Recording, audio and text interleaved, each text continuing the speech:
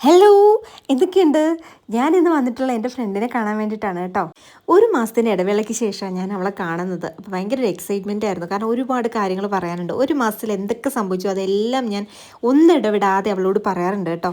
ചില ഞായറാഴ്ച ദിവസങ്ങളിലൊക്കെ ഞങ്ങളൊരു കറക്കമുണ്ട് കേട്ടോ. അങ്ങനെ ഇന്ന് ഇറങ്ങിയതാണേ. രണ്ടും കൽപ്പിച്ച് ഇന്ന് പാർക്കിലേക്ക് പോകാമെന്ന് വിചാരിച്ചു. കാരണം മഴയുണ്ടായിരുന്നു, ചെറിയ ചരൽ മഴ. പക്ഷേ അതൊന്നും വകവയ്ക്കാതെ കിട്ടുന്ന സ്ഥലം നോക്കി സ്വസ്ഥമായിട്ടൊന്ന് ഇരിക്കാൻ വേണ്ടി നോക്കുകയാണ്. ചില സൗഹൃദങ്ങൾ അങ്ങനെയാണ് കേട്ടോ. എന്ത് തിരക്കുണ്ടെങ്കിലും മാറ്റി വെച്ച് നമ്മളെ കാണണമെന്ന് ആഗ്രഹിച്ചാൽ വന്നിരിക്കും. അപ്പോഴെങ്ങനെ നടന്നു വന്നപ്പോഴേ ഊഞ്ഞാല് കണ്ടു കേട്ടോ. അപ്പോൾ പ്രായമൊന്നും നോക്കിയില്ല, കയറി അങ്ങിരുന്നു. കുഞ്ഞുങ്ങളുടെ ഊഞ്ഞാലാണ് കേട്ടോ. ആരെങ്കിലും കണ്ടാൽ ഓടിക്കും. മനുഷ്യനല്ലേ, ഒരു ആഗ്രഹം തോന്നി അങ്ങ് സാധിക്കണം.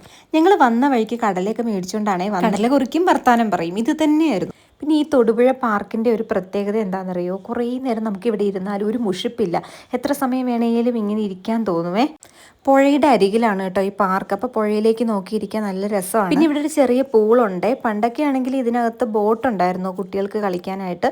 ഇപ്പോൾ അതിനകത്ത് നിറച്ച് മീനാണ്. അങ്ങനെ കുറച്ചു നേരം ഇരുന്ന് കഴിഞ്ഞപ്പോഴേ വിശപ്പിൻ്റെ വിളി വന്നേ. പിന്നെ ഒരു നിമിഷം പോലും വെയിറ്റ് ചെയ്തില്ല. അടുത്തുള്ള ഒരു ബിരിയാണി ഹട്ടിലേക്കാണ് പോയത്. മുഹബത്ത് എന്നാണ് കേട്ടോ പേര്. ഞാൻ ആദ്യമായിട്ട് എവിടെ വരുന്നത്, അവൾക്ക് പരിചയമുള്ള ഒരു ഹോട്ടലായിരുന്നു. ഫസ്റ്റ് എക്സ്പീരിയൻസിൽ തന്നെ ഞാൻ വീണു കേട്ടോ. അടിപൊളി ബിരിയാണി ആയിരുന്നു കേട്ടോ, ഭയങ്കര ടേസ്റ്റ് ആയിരുന്നു. അങ്ങനെ അവിടെ നിന്ന് ഫുഡും കഴിച്ച് പാഴ്സലും മേടിച്ച് അവിടെ നിന്ന് ഇറങ്ങി കേട്ടോ.